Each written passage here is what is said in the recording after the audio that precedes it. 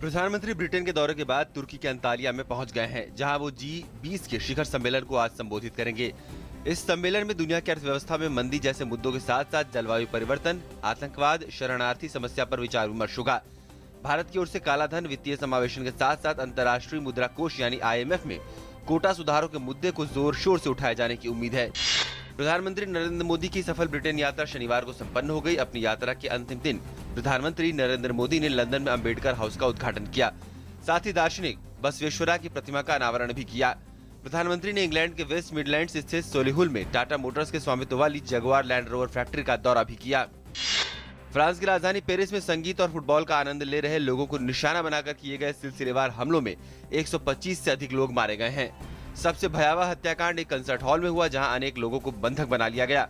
वहां हमलावरों ने विस्फोटक पट्टियों का इस्तेमाल कर 87 लोगों को मार दिया। इन हमलों में 350 से ज्यादा लोग घायल भी हुए हैं, जिनमें से 100 की हालत गंभीर बताई जा रही है। फ्रांस में 3 दिन का राष्ट्रीय शोक घोषित किया गया है। पेरिस हमले में शामिल सभी 8 हमलावर मारे गए, जिसमें 7 आत्मघाती विस्फोटों में मारे गए और एक संगीत कार्यक्रम स्थल पर सुरक्षा बलों के हाथों मारा गया। इस बीच पेरिस के पुलिस प्रमुख ने एक प्रेस मीटिंग में बताया कि बेल्जियम से पकड़े गए 3 लोगों का संबंध पेरिस हमलों से है। बेल्जियम के प्रधानमंत्री चार्ल्स माइकल ने कहा है कि पकड़े गए 3 लोगों में से एक शुक्रवार की शाम पेरिस में मौजूद था। पेरिस में हुए घातक आतंकी हमलों के मद्देनजर राजधानी दिल्ली, मुंबई सहित महाराष्ट्र के विभिन्न शहरों में स्थित प्रमुख प्रतिष्ठानों के आसपास सुरक्षा कड़ी कर दी गई है। दिल्ली में इंदिरा गांधी अंतर्राष्ट्रीय हवाई अड्डे, रेलवे स्टेशनों, मेट्रो नेटवर्क और बस अड्डों सहित राजनयिक एनक्लेव और अन्य महत्वपूर्ण जगहों पर सुरक्षा कड़ी कर दी गई है। पेरिस में हुए आतंकी हमलों के बाद रूस ने भी अपनी सुरक्षा एजेंसियों को किसी भी हमले से निपटने के लिए अलर्ट पर रखा है। राष्ट्रीय आतंकवाद निरोधी समिति ने शुक्रवार को एक बयान जारी करते हुए कहा कि वो अपने नागरिकों की आतंकवाद से सुरक्षा सुनिश्चित करने के लिए हर संभव कदम उठा रही है। इस बीच राष्ट्रपति व्लादिमीर पुतिन ने फ्रांस के राष्ट्रपति फ्रांसवा होलांद को भेजे अपने संदेश में कहा है कि वो आतंकवाद के खिलाफ इस लड़ाई में एकजुट हैं। लद्दाख के सियाचिन ग्लेशियर में हिमस्खलन में इंडियन आर्मी के कैप्टन की मौत हो गई है। वहीं रेस्क्यू टीम ने 15 सैनिकों को सुरक्षित निकाल लिया है। आर्मी के एक सीनियर अफसर ने शनिवार को बताया कि हिमस्खलन से एक रेजिडेंट मेडिकल अफसर की मौत हुई है। घटना शुक्रवार की है। सूचना मिलने के फौरन बाद रेस्क्यू टीम मौके पर रवाना की गई और 15 सैनिकों को बचाया गया। बिहार में महागठबंधन नेता नीतीश कुमार बिहार के मुख्यमंत्री के रूप में 20 नवंबर को पटना में शपथ लेंगे। शनिवार को नीतीश कुमार ने बिहार के राज्यपाल रामनाथ कोविंद से मुलाकात कर सरकार बनाने का दावा पेश किया। इससे पहले नीतीश कुमार को विधायक दल का नेता चुन लिया गया। तीनों दलों की संयुक्त विधायक दल की बैठक में 64 वर्षीय कुमार के नाम का प्रस्ताव राजद संसदीय बोर्ड की प्रमुख राबड़ी देवी ने किया और कांग्रेस महासचिव CP जोशी ने उसका समर्थन किया।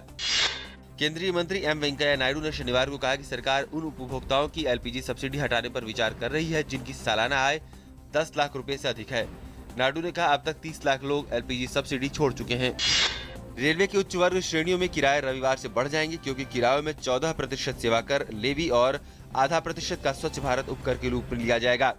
यात्री किराए के कुल 30% पर 14% सेवा कर और स्वच्छ भारत अभियान का आधा % उपकर लगाया जाएगा। रेल मंत्रालय के एक परिपत्र के अनुसार 15 नवंबर से प्रथम श्रेणी और सभी AC वर्गों के किराए में 4.35% की वृद्धि होगी।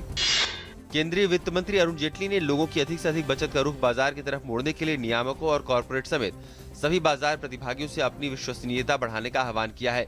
जेटली ने कहा कि आर्थिक विकास के लिए विषम परिस्थितियों और वैश्विक अर्थव्यवस्था के दबाव में रहने के बावजूद भारत 7 से 8% के बीच विकास की अपनी गति को बनाए रखेगा। राष्ट्रपति प्रणब मुखर्जी ने शनिवार को दिल्ली के प्रगति मैदान में विश्व व्यापार मेले का उद्घाटन किया। विश्व व्यापार मेला इस बार मेक इन इंडिया के रंग से सरोबार नजर आएगा। मेले में स्मार्ट सिटी, मॉडल गांव, डिजिटल इंडिया, बेटी बचाओ बेटी पढ़ाओ व जनधन समेत करीब 10 योजनाओं का जिक्र होगा। इस बार मेले में 10 से 15 लाख देशी विदेशी लोगों के पहुंचने का अनुमान है। विश्व व्यापार मेले में अफगानिस्तान को साझीदार देश, बांग्लादेश को फोकस देश बनाया गया है। मौसम विभाग ने चेतावनी दी है कि अगले 4 दिनों में तमिलनाडु, पुदुचेरी, दक्षिण तटीय आंध्र प्रदेश, रायलसीमा और केरल में भारी वर्षा की संभावना है। तटवर्ती तमिलनाडु, पुदुचेरी और केरल के कुछ क्षेत्रों में कल भारी वर्षा हुई है। मछुआरों को कहा गया है कि वे अगले 48 घंटों के दौरान तमिलनाडु, पुदुचेरी और तटीय आंध्र प्रदेश के समुद्री भाग में मछली पकड़ने के लिए न जाएं। बैंगलोर टेस्ट का पहला दिन भारत के नाम रहा। भारतीय स्पिनर्स ने शानदार प्रदर्शन करते हुए दक्षिण अफ्रीका को पहली पारी में 214 रन पर ढेर कर दिया। जवाब में भारत ने दिन का खेल खत्म होने तक बिना किसी नुकसान के 80 रन बना लिए हैं। भारत की साइना नेहवाल ने चीन ओपन के महिला एकल के फाइनल में स्थान बना लिया है। फाइनल मुकाबले में साइना का सामना 6वीं वरीयता प्राप्त चीन की ली जुरई के साथ होगा। गौरतलब है कि पिछले साल साइना इस प्रतियोगिता को अपने नाम करने में कामयाब रही थीं।